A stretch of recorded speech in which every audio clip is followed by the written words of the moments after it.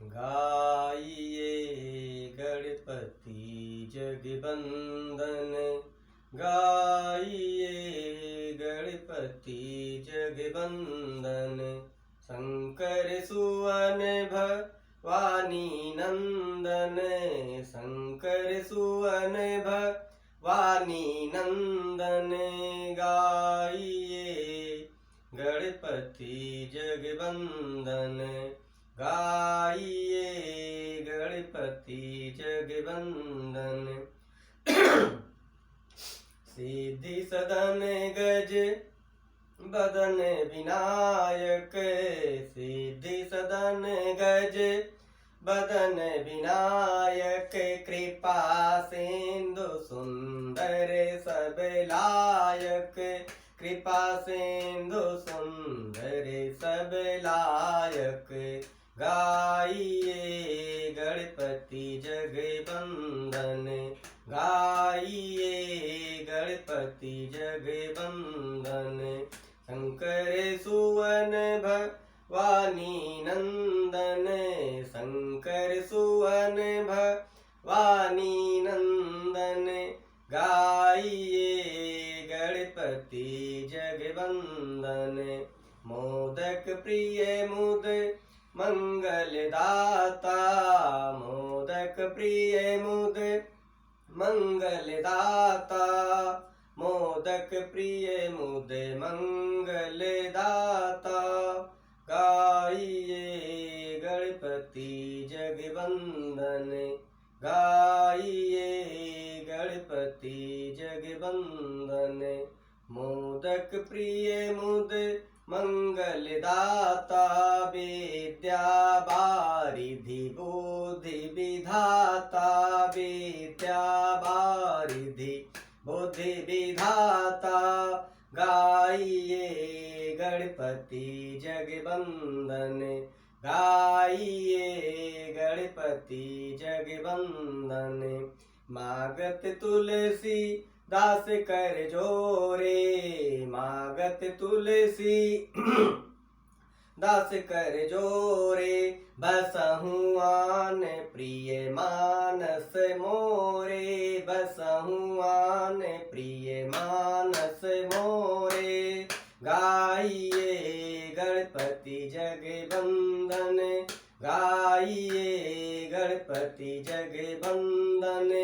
शंकर सुवन भवानी नंदन, शंकर सुवन भवानी नंदन।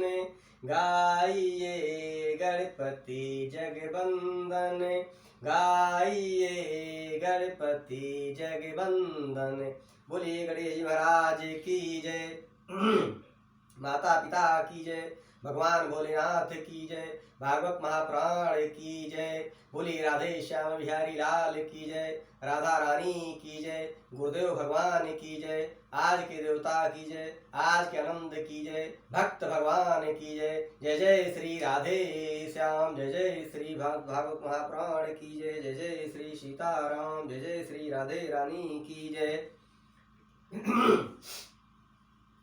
भगवान कपिल जब माता देवहूति को जब शिक्षा दिए भक्त की, तो उन्होंने माता को यह बताया कि किस तरीके से जो भक्ति है उसके प्रकार क्या हैं और कैसे भक्ति की जाती है। उसके बाद इन्होंने एक नया सिद्धांत का प्रतिपादन किया जिसका नाम था सांख्य योग। वैसे जो योग है उसका मतलब होता है जोड़, जो जोड़ दे। तो यह जोड़ क्या है? यह माया जंजाल का जोड़ नहीं है, व्यक्ति का जीव से जीव का जोड़ नहीं है, माया से व्यक्ति का जोड़ नहीं है। यह वास्तव में आत्मा का परमात्मा के जोड़ से मतलब है, वह योग है। यानी इस योग का मतलब है आपकी वह विद्या जो आपकी आत्मा को परमात्मा से जोड़ने का कार्य करे, उस विद्या की बात यहाँ को की गई है। क्योंकि जो सामान्य जीवन में हम जोड़ते हैं, 99 के चक्कर में रहते हैं, वह क्या है? माया का माया से जोड़ है, माया का 84 लाख योनियों से बंधन का जोड़ है। लेकिन यह जो योग है ये क्या है? चित्त वृत्ति निरोध संयोगा। जो आपकी चित्त की वृत्तियां हैं उसको निरोध कर दे, यानी उसको रोक दे, स्टॉप कर दे। तो चित्त की वृत्तियों को जो रोक दे वह योग है। अब चित्त क्या है? चित्त और चित्त की वृत्तियां। तो जो विकार हैं हमारे, और ये विकार के अंतर मन जो है, वही विकार के अंतर मन के 4 विषय हैं: मन, बुद्धि, चित्त और अहंकार। तो जो हमारा चित्त है, ये चित्त क्या है? जो हमारा मन है। अब फिर आया कि मन क्या है? तो जो मन, जो संयोग है, जो कारक है, वह जो हमारी इंद्रियां हैं। तो जितने शब्द आप आएंगे वहां पे समस्या खड़ी होगी कि है क्या चीज।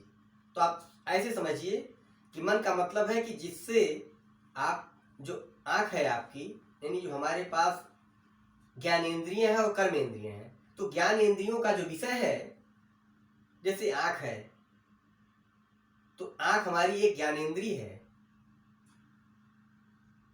तो आंख जो हमारी ज्ञानेंद्रिय है वो क्या काम करती है? देखने का काम करती है। तो जो हमारा ज्ञानेंद्रिय आंख है उसका विषय क्या है? देखना। ऐसे जो ज्ञानेंद्रियां हैं, आंख, कान, नाक, जीवा, त्वचा, अब इसके विषय हैं। आंख का काम क्या है? देखना। कान का क्या काम है? सुनना। नाक का काम है श्वास लेना, घ्राण। और जीवा का क्या है? स्वाद लेना। तो ऐसे जो ज्ञानेंद्रियां हैं उनके विषय अलग हैं।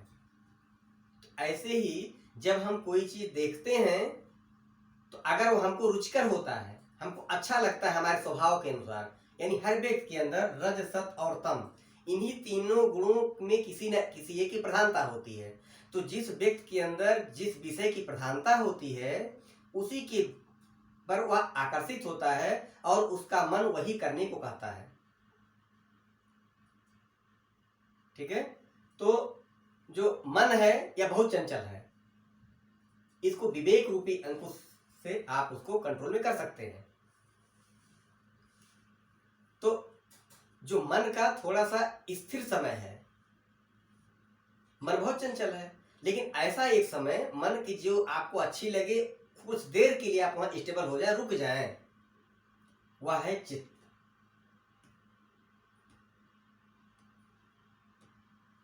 गो गोचरे जहाँ लगी मन जाई, सो सब माया जानऊ भाई। गो गोचरे जहाँ लगी मन जाई, सो सब माया जानऊ भाई। गो गोचरे जहाँ, जो आपकी इंद्री है, चाहे वह चर में लगे या अचर में लगे, जहाँ लगी मन जाई, जहां तक वो जाता है, जहां तक आपका जुड़ाव होता है, सो सब माया जानऊ भाई। गो गोचरे जहाँ, आपकी जो इंद्रिय है और इंद्रिय का जो स्थिर स्वरूप है मन, और मन जहां पे स्थिर हो सकता है कुछ समय के लिए, वो चित्त, यानी जहां तक ये जाता है, जहां तक आप कभी देखे रहते हैं, कभी आपने कल्पना की अपने मन में, या कभी आपने साक्षात देखा, तो आप वहां नहीं भी हैं फिर भी आप उसको देखते रहते हैं। तो जहां तक आपकी ये इंद्रियां जा रही हैं वो सब क्या है? सो सब माया जानऊ भाई, सब माया है। ईश्वर सत्य जगन मिथ्या, जीवो ब्रह्मैव नापरः। केवल ईश्वर ही सत्य है, और सत्य क्या है? हरि कथा। यानी सत्य कथा क्या हुआ? भगवान की कथा, हरि की कथा ही सत्य है, यानी भगवान की कथा ही सत्य है, बाकी सब असत्य है। तो मैं बता रहा था आपको मन, यानी आपको योग के बारे में आपको बता रहा था कि जो योग है, सांख्य योग, वो क्या है।